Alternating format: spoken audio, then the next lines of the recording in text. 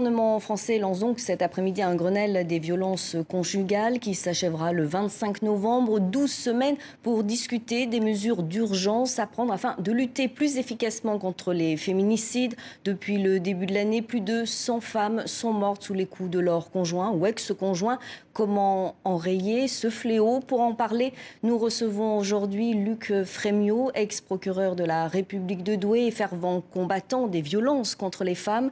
Bonjour, merci d'être avec nous. Est-ce que ce Grenelle peut réellement changer les choses selon vous? C'est une très belle opération de communication, je dirais même de séduction. Mais ce que je note dès le départ, d'ailleurs, c'est qu'il y a certaines associations qui, comme par hasard, ne sont pas invitées. Je pense notamment à une association de pointe qui est Oser le féminisme, qui n'est pas là. C'est les associations les plus critiques qui ne sont pas présentes. Donc déjà, dès le départ, je me pose des questions. Et puis, lorsque j'écoute, voyez-vous, ce qui a été annoncé par Marlène Schiappa, par Mme Belloubet, je me rends compte qu'on est une fois encore à côté de la question. Et pourquoi? Parce qu'on est toujours en train, si vous voulez, de traiter les conséquences de la violence. C'est comme s'il y avait un constat, un déterminisme. Écoutez, il y a tant de femmes qui meurent, tant de femmes qui sont violentées. Eh bien, on va créer des places dans les foyers d'accueil pour femmes.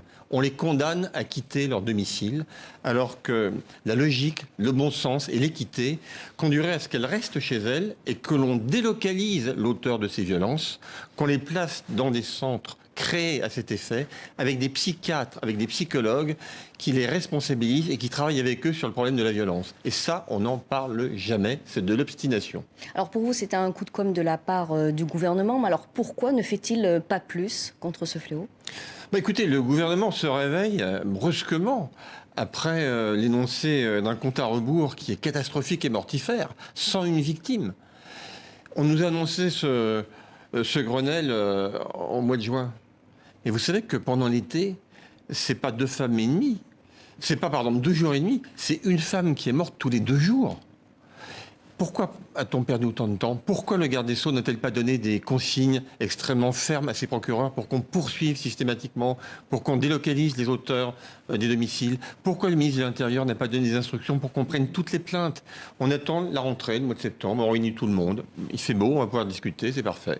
Alors la France est le 2e pays en Europe où les femmes subissent le plus de violences, après l'Allemagne et juste devant le Royaume-Uni et l'Italie. Et comment vous pouvez expliquer cela? Est-ce que c'est culturel? Je crains effectivement qu'il y ait un aspect culturel, il y a un aspect éducatif, et puis aussi la vérité qui s'impose. On vit dans un monde violent, on vit dans une société qui est violente. La violence est partout, elle est dans les images, elle est dans les titres, elle est dans les magazines, elle est à l'école, elle est dans la vie de tous les jours. Et c'est vrai qu'à ce niveau-là, il y a un véritable travail de fond, d'information, d'éducation qui est à faire. Et ça, c'est quelque chose qui va demander beaucoup de temps. Alors l'Espagne, par exemple, a fait de ce fléau une cause nationale en 10 ans. Le pays a divisé par 2 le nombre de féminicides. Est-ce que l'Espagne est un exemple à suivre? C'est un exemple de détermination. Parce que c'est bien gentil de déclarer grande cause nationale. Et vous savez, moi je vois déjà quelques critiques aussi là, qui me viennent à l'esprit, alors que moi je ne suis pas du tout dans la demande d'argent, de moyens, etc. Je pense que c'est surtout un problème de volonté des acteurs, des policiers, des gendarmes et des magistrats. Bon.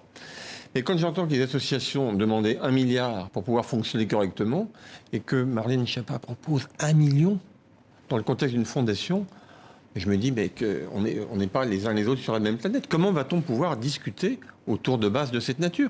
Les associations meurent de faim, certaines. Je pense à celles de terrain, avec des bénévoles qui travaillent, avec des salariés qui ont du mal à joindre les deux bouts, avec des subventions qui ne sont jamais pérennes. Mais c'est un vrai problème. Alors les femmes déclarent souvent qu'elles ne sont pas entendues, pas accueillies. Et quelles sont les mesures d'urgence à mettre en place selon vous? La mesure d'urgence, c'est d'imposer aux services de police et de gendarmerie. Pas tous, il y en a qui le font très bien, ça, je tiens à le souligner, mais moi je parle des trains qui n'arrivent pas à l'heure.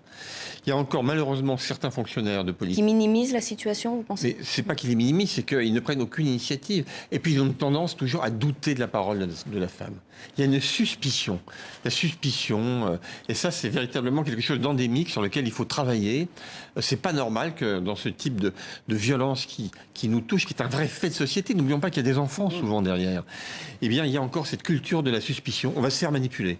Et on retrouve ça chez les magistrats. Et vous avez fait des propositions. Vous avez proposé que les agresseurs quittent le domicile, qu'ils soient mis dans un centre de suivi avec un bracelet électronique. Mais ces propositions n'ont pas été soutenues par le gouvernement. Pourquoi ? Écoutez, moi j'ai mis tout ça sur pied en 2003, ça fonctionnait très bien. Et la chancellerie d'ailleurs a suivi le ministère de la Justice puisqu'ils ont fait un guide des bonnes pratiques dans lequel mes dispositions sont présentes. Mais le problème, c'est que les professionnels ne le font pas. Alors, il y a une partie des magistrats qui le font, il y a d'autres parties qui ne le font pas. C'est comme l'ordonnance de protection, qui permet aux juges aux affaires familiales d'éloigner l'auteur des faits. Dans certaines juridictions, ça fonctionne très bien, et dans d'autres, il n'y en a pas.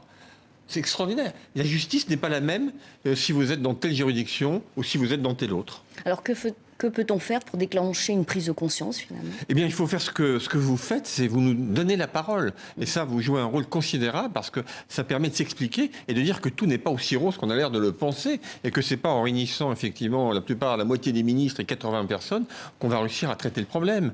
Il faut des consignes fermes, notamment de la garde des Sceaux à ses procureurs, en demandant un rapport trimestriel sur chaque plainte. Quelles plaintes ont été prises? Pourquoi elles n'ont pas été prises? Quelle est la solution adoptée? Qu'est-ce qu'on a fait, etc. C'est ça qu'il faut faire. Il faut un état statistique précis sur ce que l'on fait. Merci beaucoup pour cet entretien, Luc Frémiot. Je rappelle que vous êtes ancien procureur de la République de Douai et spécialiste des violences conjugales. Merci infiniment. Merci, madame.